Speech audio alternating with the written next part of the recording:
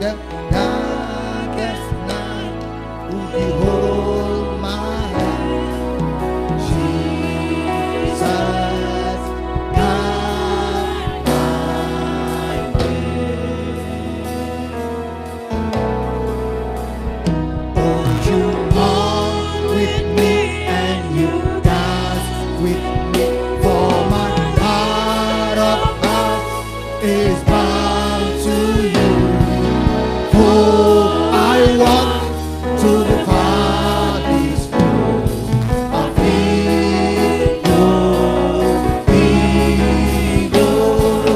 Father, waters fill my soul. My heart will trust in you. Oh, my heart will trust in you. Oh, you mourn with me. Oh, you mourn with me and you dance with me. For my heart of hearts is bound to you. Oh, I walk to the valley's floor of evil. By the waters fill my soul. My heart will trust in you. My heart will trust in you. My heart will trust in you, Lord. My heart will trust in you. My heart will trust. Oh, you mourn with me. Oh, you mourn with me and you dance with me. For my heart of hearts is bound to you. Oh, I walk to the valley's low. I feel no evil. By the waters fill my soul. My heart will trust in you. Oh, my heart will trust. My heart will trust in you, Lord. My heart will trust in you. Oh, my heart will trust. Our heart will trust in you, Lord. Our heart will trust. Yeah, yeah, yeah, yeah, yeah, yeah, yeah, yeah, yeah. Our heart will trust. Our heart will trust in you, Lord. Our heart will trust in you. Oh, our heart will trust in you. Hallelujah. God is good. And all the time, there's no one like our God. Last week we began to talk about the subject, prepare for war. If you want to be used by God, if you want to be a vessel of God, you must understand that you got to prepare for war. Tell somebody you got to prepare for war. The whole atmosphere is saturated with God's presence, tangible presence of God. Are you understanding me? You got to understand that life is a warfare and not a fanfare. Somebody say if you make a mistake to think life is a warfare, you end up as a casualty in the world of life. Hello? So you got to learn how to fight. We say our fight is not a natural fight. It's not a physical fight. It is a spiritual fight. Are you understanding me? It is a spiritual fight. And I think the course of a week, one pastor came here. He came to see me. He had some issues. And he was telling me about how he went to the mother. Because he had been having challenges. He went to the mother and said, Mama, the way I've been helping you, the way you on my heart, if the problems I'm facing, you know anything about it, then Mama, it will not be easy for you. I told him, you made a mistake. I told him, you made a mistake. I told him what? You are reducing the warfare to another level that you cannot win. You see, when the devil brings a game, don't play it. You can't play the devil's game and win. It is his game. Are you understanding me? Some feel that they must take some machete and go and give somebody their peace of mind. Go and talk to someone. No. That is not our level. On that level, you will be a loser. Our level is what? Is a spiritual level. Are you understanding me? And so we began to look at the fact that the church is spiritual Israel. And the Jews are God's people. They are the natural Israel. So Israel, they always involve themselves in what? In battles. That's why Israel has a military culture. The nation, I was telling you about the nation Israel. The whole world, the greatest per capita expenditure in the military is Israel. Can you imagine that? The second is Israel. Because they understand that for them to survive, it is by fighting. Look at all the enemies. In fact, if you look at the map, you see the enemies that have surrounded Israel, a small country of a population of 8.5 million. I mean, they are surrounded by enemies, but they cannot touch them. Because they understand to survive is by military, by fighting. So they invest in fighting. And the church of Jesus Christ, we must also come to understand that we are supposed to be a militant church. Okay? You see, the church, there are two dimensions of the church. There is the triumphant church and there's a militant church. Part of the church in heaven, those of our brethren who have died and gone ahead of us, they are the triumphant church. But we are on this earth, we are supposed to be what? Militant church. But most of us, we don't understand that the church is supposed to be a militant church. That's why the Bible said that we wrestle not against flesh and blood, but against principalities, against powers, against rulers of the darkness of the... There are some of us, our Bible is we wrestle not, full stop. That's our Bible. We wrestle not. Divine, is that not what is in the Bible? We wrestle not, full stop. But I didn't hear it. It said we wrestle not against flesh and blood. Our battle is not against human beings. It's not against what? That's according to Ephesians 6 verse 1. Our fight is not against human beings. Like I told you that there are two types of enemies. And we have human enemies and spiritual enemies. As a matter of fact, the human enemies, they are being controlled by the spiritual enemies. The spiritual enemies, that's the devil and his course, they only operate through them. So once you're able to deal with the spiritual enemies, the human enemies will bow. They will do what they bow. But sometimes see, we focus on the human and we neglect the spiritual. And let me tell you, we focus on some people so much so that when the people die, the problems are still not solved. So let's kill this person. The person, because he's a spirit. It's a spirit that's when the person dies, the spirit moves to another place. So you don't understand why you have killed so many people, still the problem is still the same. Do you understand that? Yes. You think that when your grandmother died, the problem was, but the problem has not gone. You think that the one that uncle died, but it's still. It's a spirit that is operating against you, but he has got the human angels. So you got to learn to deal with that spirit. Once you deal with that spirit, it doesn't matter. Everybody can be alive and you do fine. Hello? So we looked at the first enemy that Israel dealt with. That's the first enemy. That was the enemy of Amalek. Say Amalek. And I said Amalek is a type of the flesh. So the flesh is our first enemy.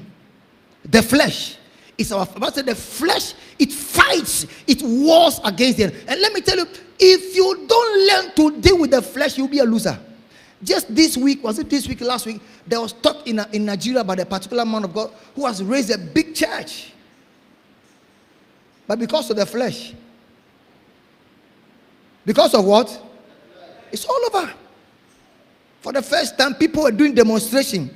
People who were out, they were doing demonstration that man of God must step down. Because so many people were coming out to say, some said, things that they said, this person said, she raped me some 20 years ago. This one said, hey, 20 years ago, it's been coming. Some say he did that to me 4 years ago. So many people are coming. And so there was demonstration. I said, hey, he must step down. So the man has stepped down. Say some of the flesh. If you don't deal with the flesh will deal with you. You remember some years ago, President Clinton? Remember President Clinton? You see, I always say that don't tell anybody you don't have time. Anybody who tells you don't have time for something, he doesn't got time for you. Our president's not very busy. Don't you think it's like presidents are busy? It's not true.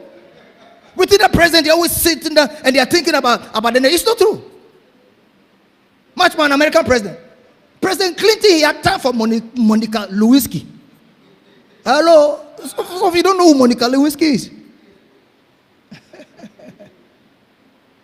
it almost cost him his presidency. Are you understanding me? So this flesh, hit your body. Say, this flesh. If I don't kill it, it will kill me. Hey, it's not easy. It's not easy. The flesh. So the battle we got to deal with is the battle of the flesh. Problem that happen in homes, in marriages, in offices, in business, wherever it is with the flesh. Where your anger is controlling you so much. There are some people, they're always angry. They're always angry. They're slightly disappointed, they're angry. They're always angry. When you see them, they always kiss their face, so their face is not nice. Are you understanding me? The flesh said, deal with the flesh. Bible said that he will put to death the flesh for you to live. So today I want to talk about the second enemy. Another enemy we got to deal with. So as the pattern is, we'll first go to Israel. Then when we look at Israel, so look at Numbers chapter 21, verse 1 to 3. Another enemy that we got to deal with. Remember last week I told you that when Israel came out of the Red Sea, the first revelation of God they had was that God revealed himself as what? As a man of war. God was telling them that this journey I'm taking you to the promised land, I will be a man of war. So if I'm a man of war, you are my weapons of war, and you are going to fight. For you to get to your promised land, you must learn how to fight. Are you understanding me? All right. So Numbers chapter 21 verse 1. It said, the king of Arad, the Canaanite, who dwelt in the south, heard that Israel was coming on that road to Atharim. He heard. Hello. Let me tell you, there are powers and there are forces that know you are coming. You're on your way to your destiny. As you are planning on your journey, there are powers that they know that the moment you decide that I am going to my destiny, I am going to my promise, I am going to accomplish what God wants me to accomplish, you'll be noticed. You'll be noticed. Hello? There's sometimes you decide, I'm going to change the way I work with God. I'm going to change my prayer life. I'm going to change my attitude towards the things of God. The moment you come to that point, there's an alert in the realm of the spirit. In the kingdom of the I'm telling you. But as long as you are just the same, all the security people in the kingdom of darkness, they are just sleeping and they are dozing. But the moment you arise, are you understanding me? The king of Arad, the Canaan, who dwelt in the south, heard that Israel was coming on the road to Atharim. Then he fought against Israel and took some of them prisoners. God did not tell them that. God said, I'm taking you to a land flowing with milk and honey. When they were in Egypt, God gave them a promise. God didn't tell them you are going to beat enemies on the way. But the Bible said that when the Arad, the Canaanite, when he heard that Israel was coming, he came and fought against Israel. Not only did Father say, he took some of them prisoners. Let's continue. So Israel made a vow to the Lord and said, if you will indeed deliver these people into my hand, then I will utterly destroy their city. Let me tell you, this type of army, you need God to fight them. You can't fight them on your own. So Israel made a vow to God. If you indeed deliver these people into my hand, then I will utterly destroy their city. If you deliver me, I will destroy their cities. So verse 2, verse 3. And the Lord listened to the voice of Israel and delivered up the Canaanites and utterly destroyed them and their cities. So the name of that place was called Hormah. Hormah means utter destruction. Hallelujah. Hormah means what? Utter. What is this type of army? This type of army is called, its enemy is called the world. Say the world. Our first type of enemy is the flesh. Our second type of enemy is what? Is the world. Say world 3 times. Hallelujah. Say world again. This type of enemy, it came to fight and take prisoners. Hello? It came to what? Fight and take prisoners. You see, there are three usages of the word world in the Bible. I want to explain to you what the world is. That what we are confronted with as Christians, we have a confrontation. We have a battle against the world. The first one, a battle against the flesh. The second one, a battle against the world. Now, the word, the Greek word for the word world is cosmos. Say cosmos. Now, the first meaning of the word cosmos had to do with the material earth or the universe. The material earth or the universe. So when the Bible talks about the world, it involves planet Earth, the planets, the stars, all the physical earth or the universe. Look at Acts chapter 17 verse 14. We want to understand the world. It is not this that we are fighting against. Then immediately, no, Acts chapter 14 verse 17, brother, I should think so.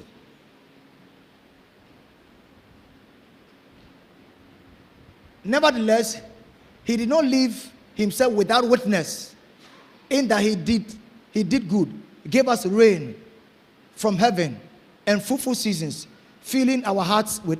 No, that's not the scripture one.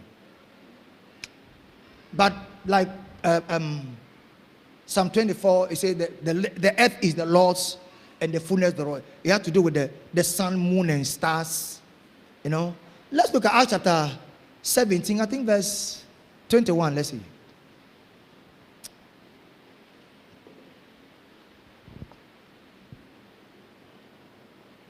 For the Athenians, okay, let's forget. Okay, but you understand what I mean. When talking about the earth and the sun, the moon, and the world, and all the things that we see is the first world. The second type of world, what the Bible talks about, refers to the inhabitants of the earth. There's a difference between the earth, the planets, the sun, the moon, the stars, which is the world, and also the inhabitants of the earth. So the inhabitants of the earth had to do with the people of the earth. Now the inhabitants of the earth, there are two dimensions of the inhabitants of the earth. So the first dimension of the inhabitants of the earth had to do with everybody in this world. Secondly, it also refers to the whole race of men that are separated from God. The whole human race that are separated from God and are so that they are hostile to the cause of Christ. So this one refers to unbelievers. When the Bible talks about the word, it refers to what? Unbelievers.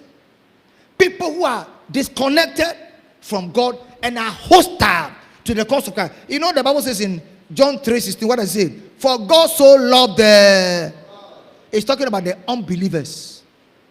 Okay? For God so loved the world that he gave his only begotten son. Now there's a third type. Now, so the one we are fighting is not the first one. It's not the material world or universe. Or it's not the unbelievers that is not our enemies. But it's the third one. And the third one to do it applies to the abstract things, not only to the material, but the abstract things which have spiritual and moral values. Things that are abstract. They are not things that per se you can see with your eyes. They are abstract, but they have moral implications or immoral implications. It's a system. It's a system. It's an organized system. It's a spiritual system that has a strong influence on the affairs of this life. Now, let's look at some few scriptures. I want to explain to us what the world that we are dealing with. Number one, let's look at John chapter 12, verse 31 to 33. John chapter 12. Jesus spoke about this. He said, now is the judgment of this world.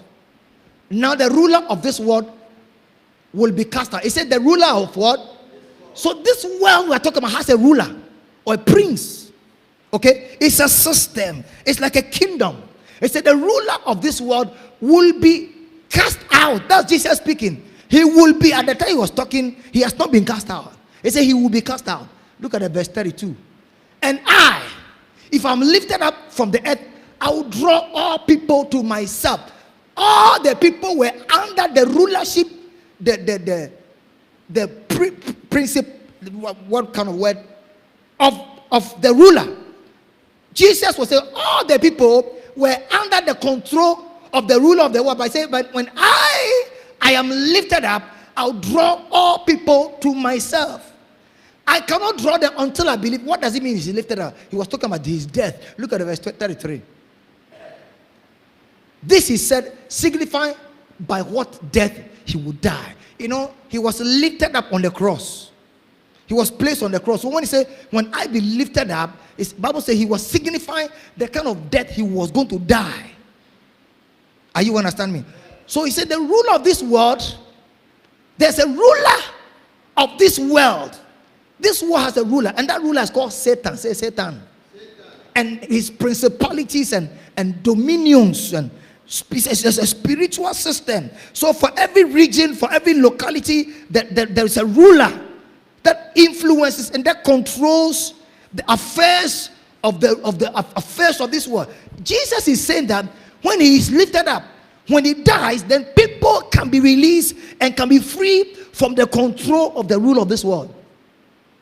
Until Jesus Christ came to die, nobody could be free from the system of the world. But thank God he has come to die. That's why we have been released. We have been released, but we are contending with it. Because he wants to come back for us. Hello? We came from there. He wants to come back and take us to that place. But we refuse to go. We refuse to go. We refuse to be controlled. So there's a ruler of the world. There's also what is called the spirit of the world. 1 Corinthians chapter 2 verse 12.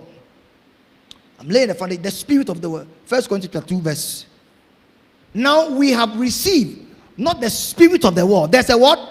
There's what's called the spirit of the. We have received, we Christians, we have received not the spirit of the world, but the spirit who is from God, that we might know the things that have been freely given. So the spirit of the world is contrary to the spirit of God. It's the very opposite. So there's a spirit of the world. There's a spirit that controls the people of the world, that controls their thinking, that controls their operation, that exerts influence. It's a system. Okay? Let's look at another scripture. Two more, then we shall continue. Titus chapter 2. No, 1 Corinthians chapter 3, verse 18 and 19. Not only is there a rule of the world or a spirit of the world, but there's also a wisdom. It says, let no one deceive himself. If anyone among you seems to be wise in this age, the word age is also the same word cosmos. That refers to world. If there's anybody in this, another verse says, if anyone among you seems to be wise in this world or age, are you wise? Are you wise? Oh, I'm asking you a question. It's if anybody in this world who seems to be wise, let him become what? A fool, that he may become wise. Why? The verse 19. Why? For the wisdom of this world. So there is a wisdom of the world. The world has its wisdom. For the wisdom of the world is foolishness with God. If you want to talk about the wisdom of God is God's way of doing things. Repeat after me. Say, the wisdom of God is God's way of doing things. That's God's way. God's way, he said that it's a give and it shall be given to you. Okay? That is God's way. That when you give, it shall be what? Given to you. Is it not foolishness? It's foolishness so far as the word is concerned. How can you give? You have a project and you are saving. Then God says, give and it shall be given to you. But the word says, get all you can and can all you get. That's the way to making it in life. Do you understand me? It says, for the wisdom of this world is foolishness. Now, when you go to James chapter 3, it says, the wisdom of this world is selfish ambition. So, selfishness is the wisdom of the world. You must be selfish. It has been said that you must be selfish, which means you must think about yourself. If you want to make it in life, you must do what? You must do what?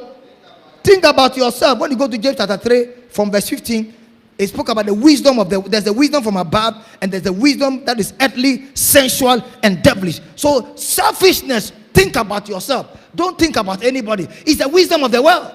And the Bible said, for the wisdom of this world is foolishness with God. For it is written, he catches the wise in their own craftiness. So the world has its wisdom. The world has its way of doing things. Revenge is the wisdom of the world.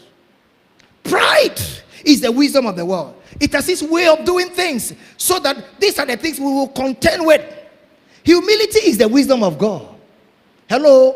Selflessness is the wisdom of God. Generosity is the wisdom of God. Do you understand?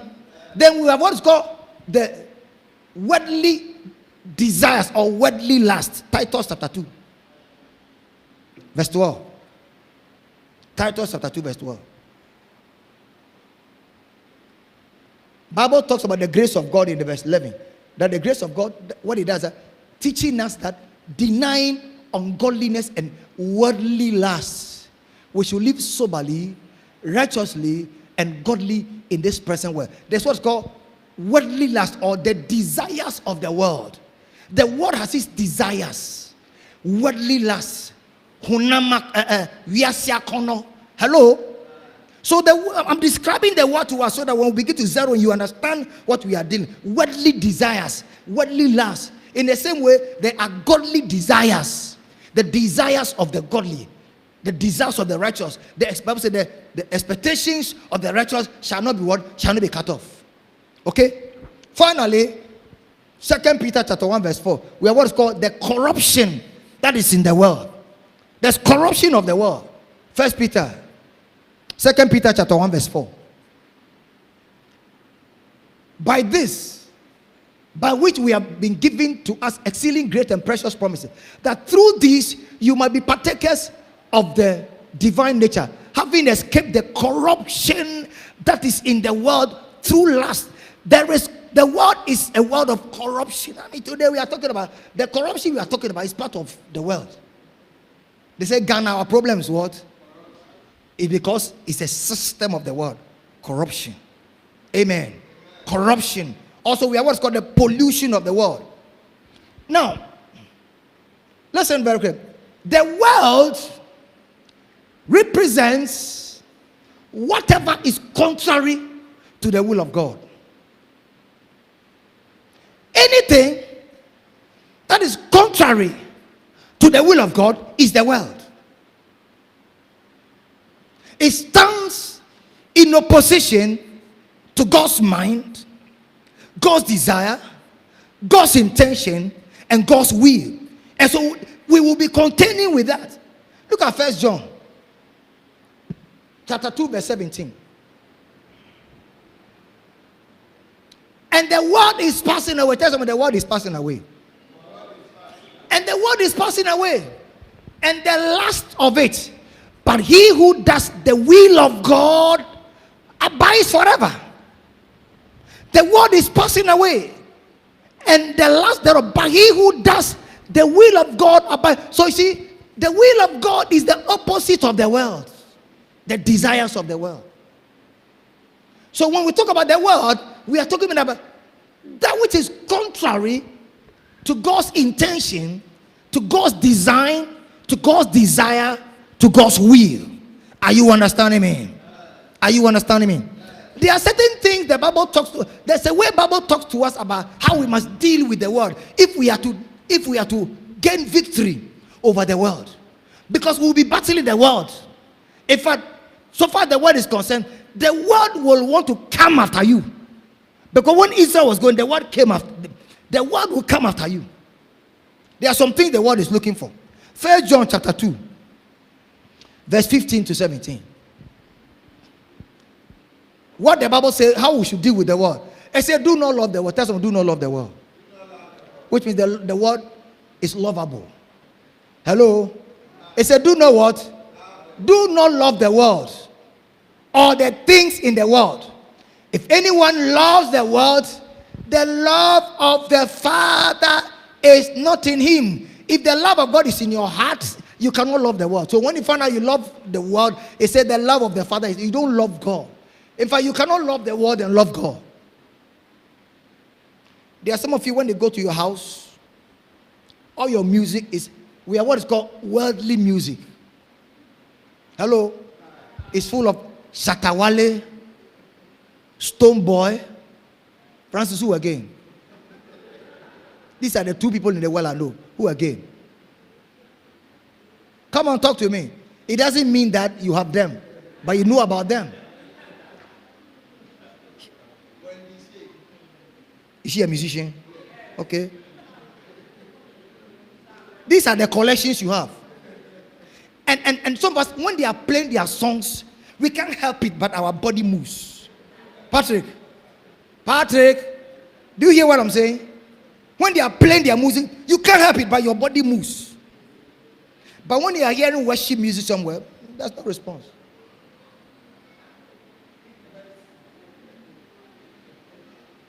I wanna go to God. These are the type of song. You can only say by speaking. That is demonic tongues.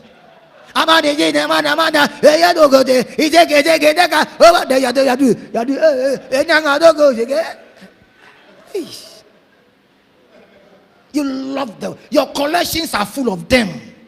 You have CDs of them, you have DVDs of them, you have cassettes of them. All when they come to your room, then you are there. Then you are just. And some of you don't even feel shy. You put them on your status, WhatsApp status. That's how bold you are.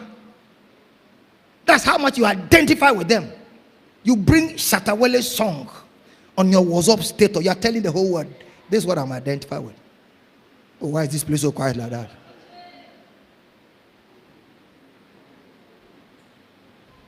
Do you know the song Hallelujah Chorus? Many years ago, when this song was composed, then it was said to be a worldly song. Can you believe that? Can you believe that? They say, what song is Hallelujah? Hallelujah, hallelujah. But today that's there. But then they said it was.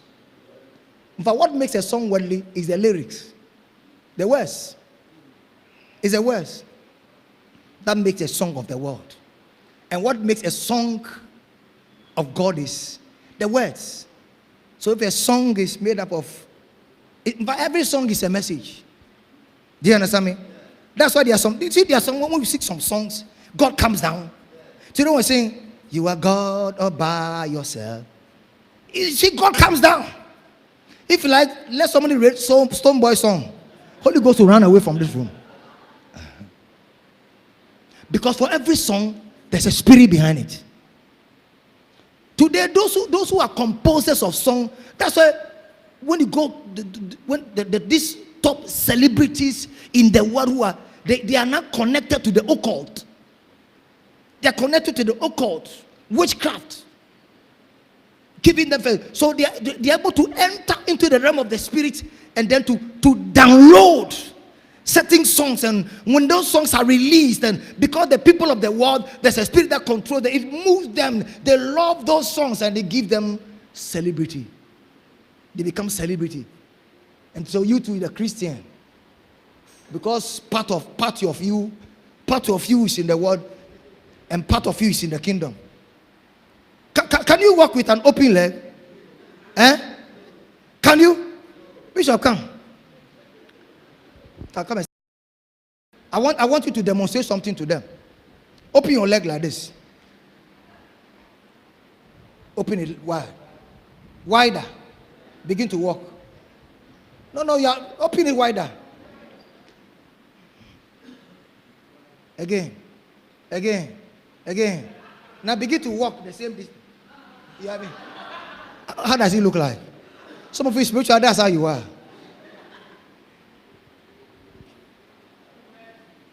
Tell them, don't love the world. Don't love the world. Because the world is seeking for our love.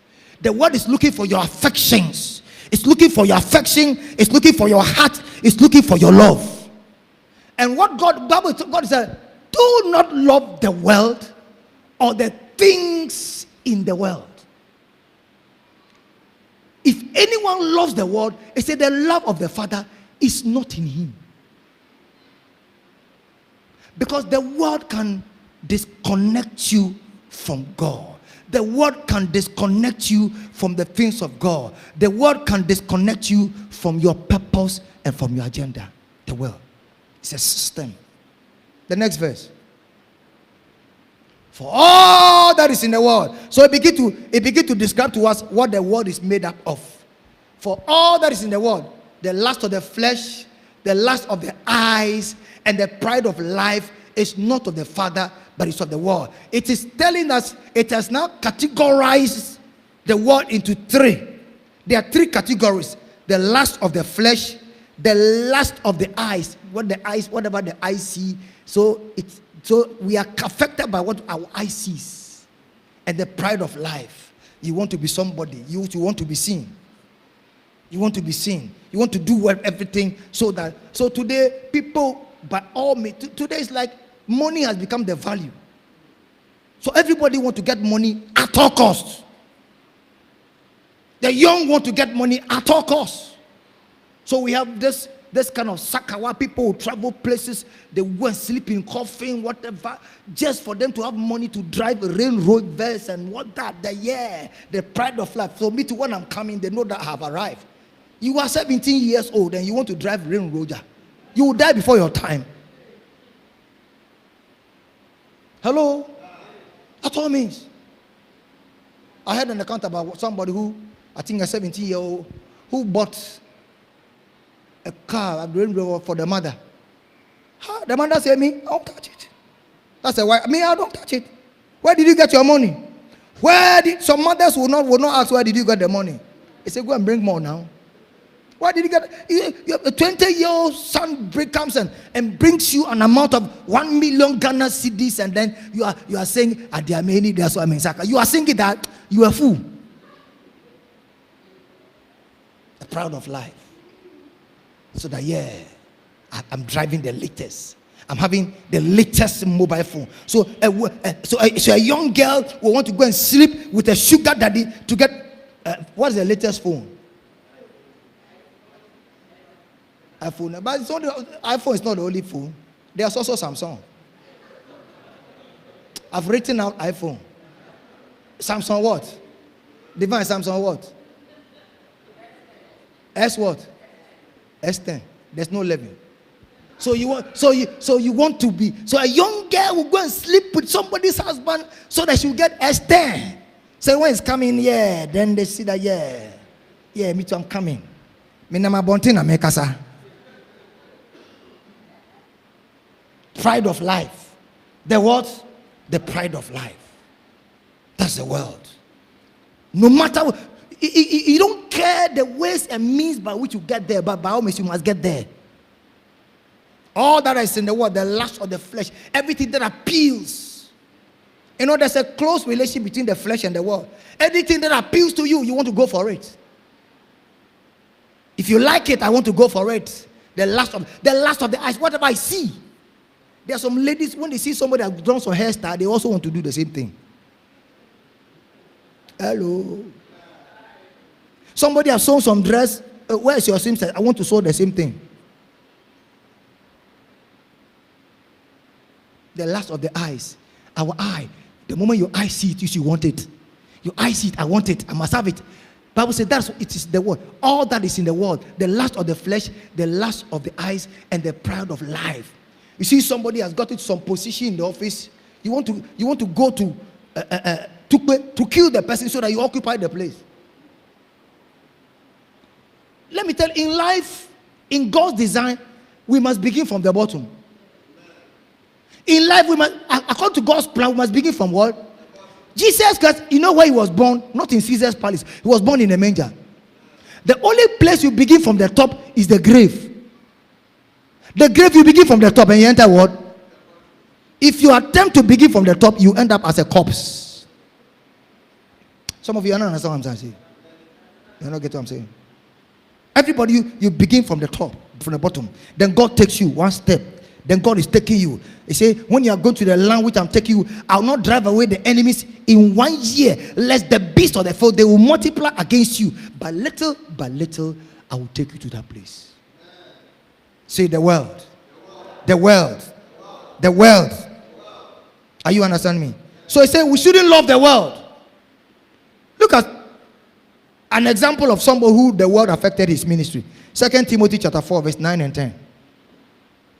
Don't love the world. Don't be passionate about the world. 2 Timothy chapter 4, verse 9 and 10. Paul talking to Timothy. He said, be diligent to come to me quickly. Why? Verse 10. For Demas, who was part of the ministry, has forsaken me, having loved this present world, and has departed from Thessalonica. Cretans has also departed from me to Galatia. Titus, the one who wrote the Titus, has also departed from me to Dalmatia, because of the love of the world. You see what the world can do to you? The world can let you abandon God's purpose for your life. It says, for Demas has forsaken me, having loved this present world, and departed for Thessalonica. If you love the world, you will abandon the agenda of God. You will abandon the purpose of God. You abandon whatever God calls you. Some people like fun too much. Fun. So if Sunday we have to come to church, they say, oh, there's some. There used to be something, some beach in our days.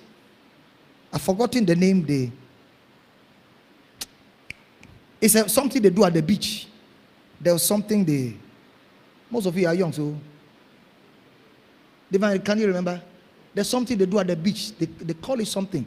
Uncle Leslie was not in Ghana by then. Meet me there. Did you ever go to meet somebody there? Yeah, meet me there. You are no timer. They used to call it meet me there. Hey, it was the in thing for the youth. We are going to the beach. Meet me there. Yeah. Say meet me there. Who is to meet you there? and if it is today, and most of the time it's on Sunday, so there are some people, because of meet me there, they will go to meet me there and they will not come to church. For the love of the world have departed, have forsaken the things of God. For the love of the world. Some people, for the love of the world, they'll forsake church, coming to church. They'll forsake the work they do. You see, the things of God, you see, when the choir came to sing and they were, to the time I was singing, and yes, I was. I say, weren't you excited when you saw Thelma singing? For the first time. It's like when Doris was going to sing for the first time, I was praying for her, I was afraid of her. Because when you look at her structure, and I was afraid for her. And Thelma, some time ago she was not singing. When I was praying, God spoke to me to go and talk to her. That you get to bed, come and I said, come and serve. God wants you to serve him. When you serve him, he will bless you. And she responded. So I asked him why. He said, Pastor, why were you not? He said, Pastor, it's laziness. Sylvia has also abandoned. Sylvia, she has abandoned that. She has abandoned it. He said, they must fall there for the love of the present have forsaken the ministry. Come back to singing. Sylvia, do you hear me? Come back. Come back. Yeah. When I spoke to Thelma, she listened. There are some people who speak to them, they don't listen. But when I spoke to her the following Sunday, she was there. I said, oh, Pastor, it's laziness. It's laziness. It's laziness. Patrick used to come to church early. She's an usher. Now he comes to church somewhere 10 something. Where he said that the wife has given birth to 4. And so they start bathing 1, 2, 3, 4. Meanwhile, he doesn't go to work 9 o'clock. What time do you go to work? It's not 8 o'clock. He said that Pastor, I'm going to be. Did you understand me? For the sake, having loved the present world, have departed. The love of the world will let you depart. There are some, because of some functions, some party. But there are some, you need to see when they come to church, they don't dance. But you need to see them when they go to party. They are alive, and you think they are phlegmatic. They only phlegmatic when they come to the things of God. But when they come to church, when they come to the world, they are sanguine. They are sanguine when they come to the world. But when they come to church, they are phlegmatic. It's like me. I don't like talking. Yeah. Oh, Male is the heart. Is the heart. Oh, why is this place so quiet like that? I'll preach it. I'll preach it.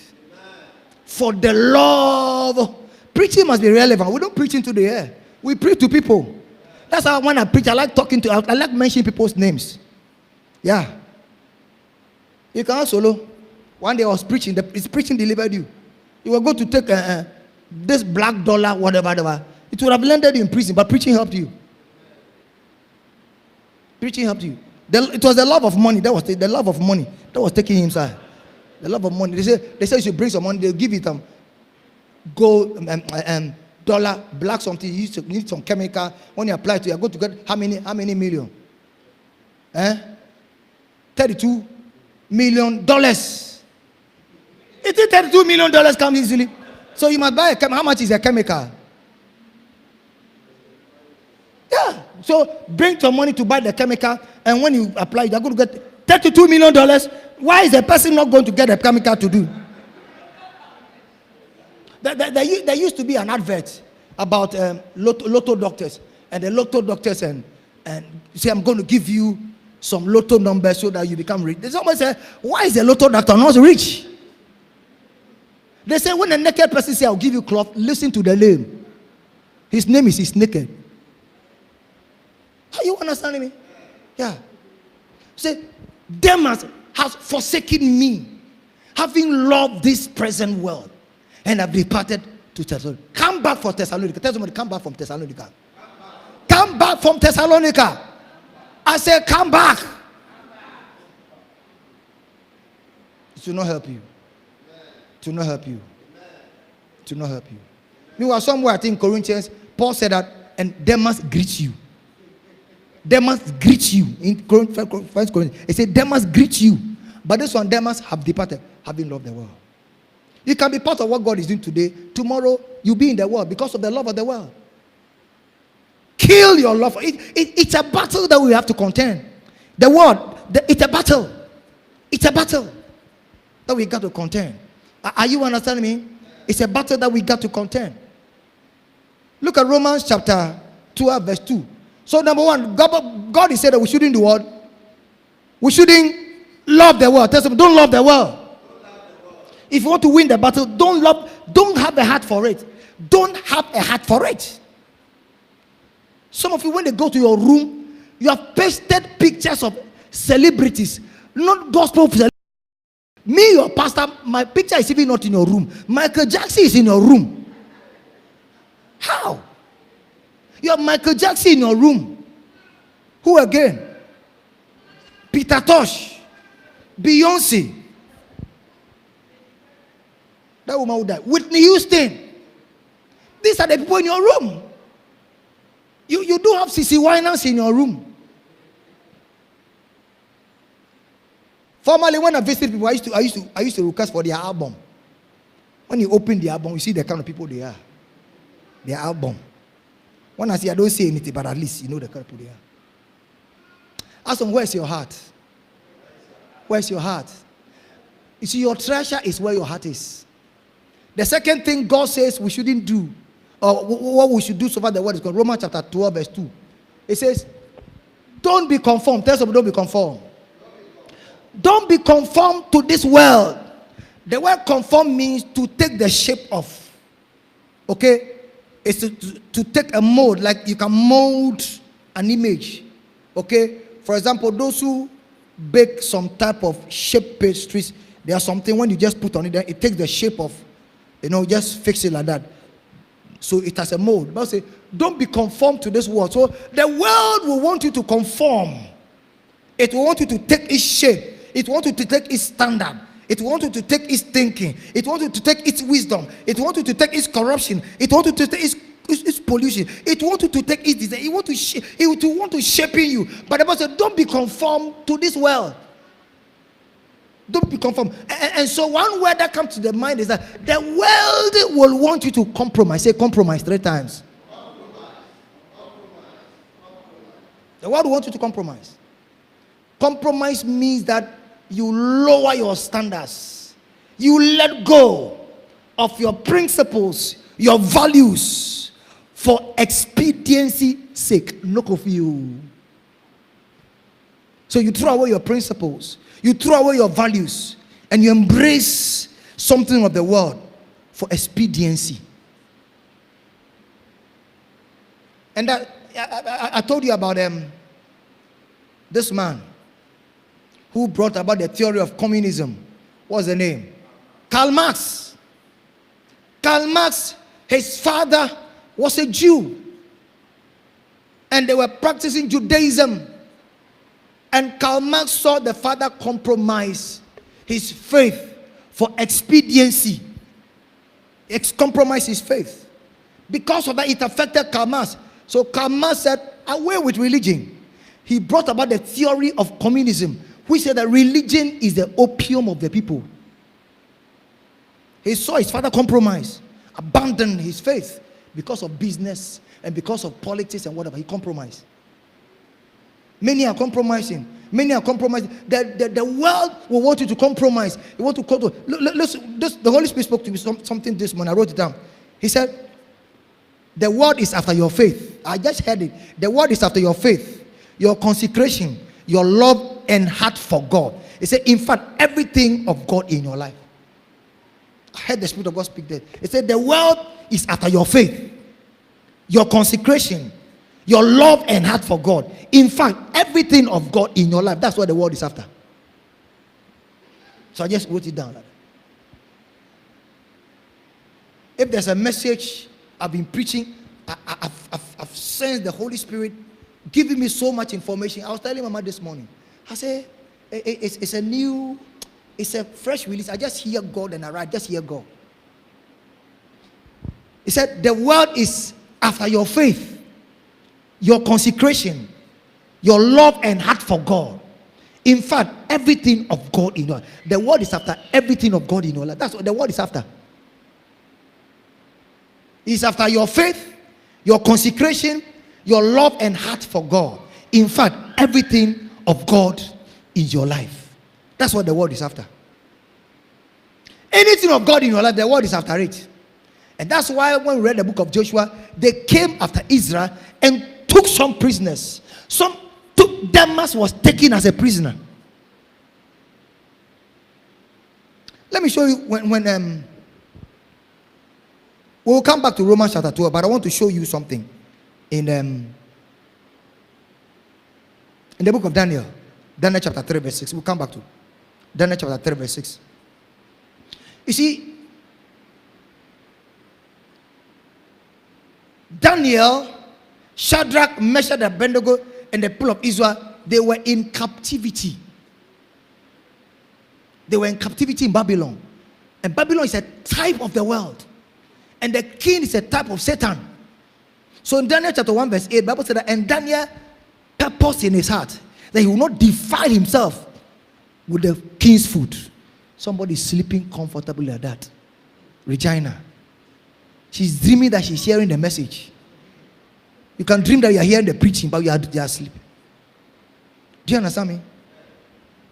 Now look at Daniel. And so, these people who have been captured in the world, it was Daniel and his four friends, Shadrach, Meshach, and Abednego. They were in the world. But when you see the way they conducted themselves, it shows you how Christians, we must conduct ourselves in the world. Number one, Daniel, he said he purposed in his heart. He will not defile himself. So you must purpose, you must determine.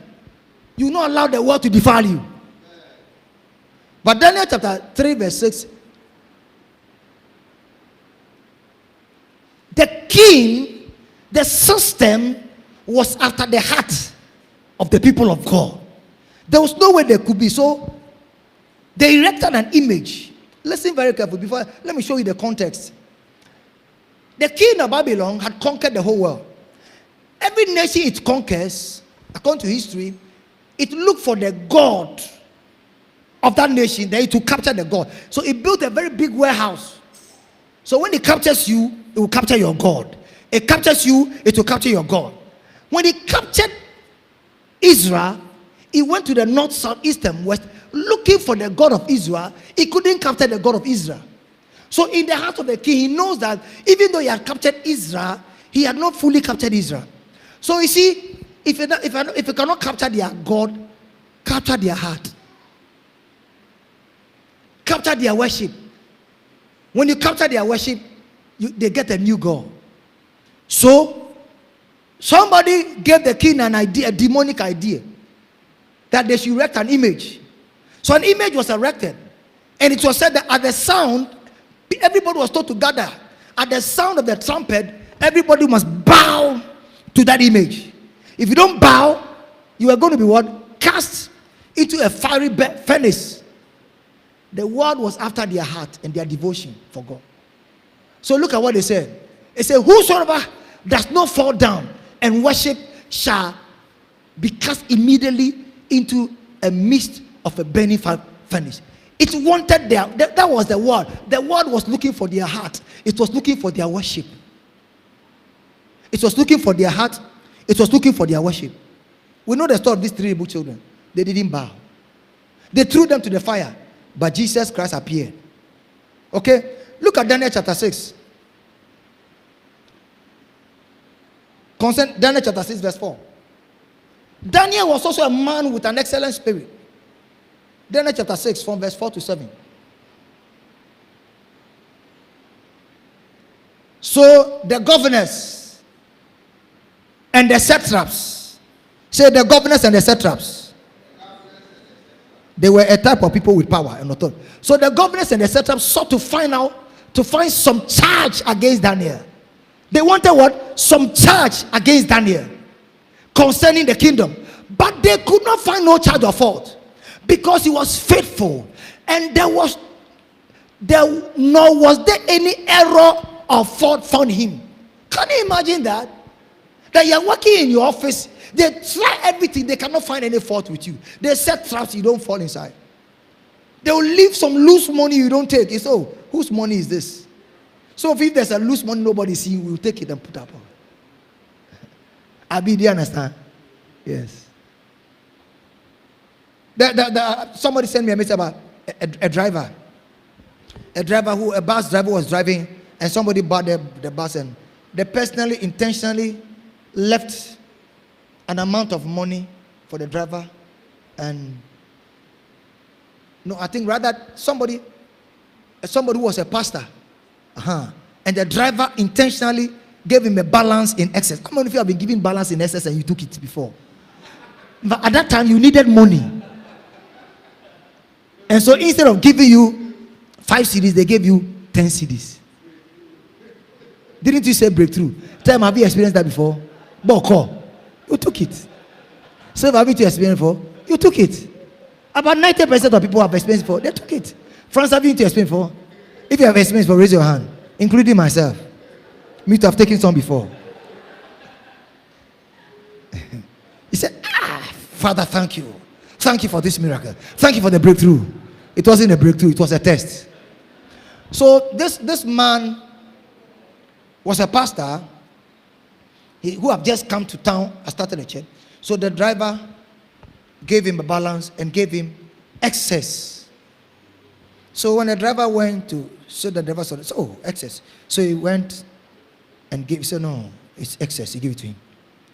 The following Sunday, the driver went to the church. So when the driver went to the church, he told the pastor, I was testing you. I wanted to find out whether you're a genuine pastor. From today, I'm joining your church. Because you didn't take the change. Maybe just a change of $1. You don't know how much you have eaten what you shouldn't eat. I said, you have eaten what you shouldn't eat. You have eaten what you shouldn't eat. Hey, I remember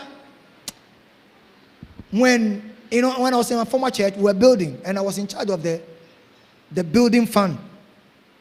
And when they raised money, they gave the money to me without any record, without any account. Then I'll give it to the treasurer. There was no account. It wasn't proper. There was no record. People just gave the money, and I take the money. So one day I have a brother by then who was in Italy.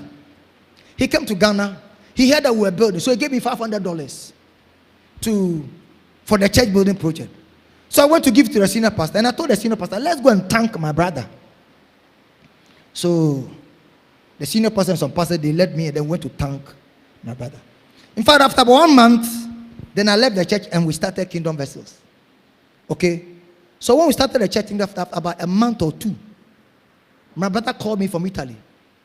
And so, how's the church, how's the children project? I said, I've left the church and I've started church. Then he said, oh, that's why I didn't say anything. But about a month's time, he came to Ghana. When he came, he said, Pastor, God spoke to me that you're a very faithful man. He said, when I give you the $500, I don't know your church, but I gave it to you because you're in the church. And you went to give the money to the church. So God said I should give you $1,000. Hello? That was what we used to buy our first, the first PV and that old keyboard. After 3 months, he came again. He brought me another $1,000. After another 3 months again, he gave me. So within 6 months, I didn't chop $500. Again, 3,000. Some of you don't know what you have lost because you chop wrong thing you should chop. That's some integrity. Yeah. So when you go to Daniel chapter 6, verse 4. So the governors and the satraps sought to find some charge against Daniel concerning the kingdom, but they could find no charge of fault because he was faithful, nor was there any error or fault. When they found out that there was no fault in him, look at the next verse 5. Then this man said, we shall not find any charge against this Daniel unless we find it against him concerning the law of his God. He said when it comes to he breaking any law, let's get something concerning his God. Let's use something about his God to get him. For example, his God wanting to pray. So let's make a law that nobody should pray. Then we can get him. Do you get me? His law said that we must read the Bible. So let's say that nobody must own the Bible. So when he owns the Bible, we can get him. So look at verse 5. So the governors and satraps thrown before the king and said thus to him, King Darius, live forever. Verse 7. The king said, what can I do for you? Verse 7. And all the governors of the kingdom and the administrators and the satraps, the councils and advisors have consulted together, established a royal statute, and to make a firm decree that whoever petitions any god or man for 30 days, except you, O king, shall be cast into the den of lions. He said, let's make a law. For 30 days, nobody should pray to any god except you. Because God said we should pray without ceasing. So no, this time we shall get him. If you see, what will you do? At least you can hide and pray. You know what Ghana did? He opened his windows. He went to stand. They say, King, didn't you make the law? Because they say anybody who do this, they will do what? They will cast him into the den of lions. But Daniel too, because of that, when they cast him into the den of lions, God made the lions to lose appetite for Daniel. And the king himself said that the Bible said that Daniel was delivered because he trusted in God. The 3 Hebrew children, the king said that God has delivered them because they believe in their God. So let me tell you, the key, the weapon to deal with the world is faith. Say faith 3 times. But time is up. Time is up. So let's rise up. Next week we shall continue. Time is up. Are you understanding me? So don't love the world. Number 2, don't do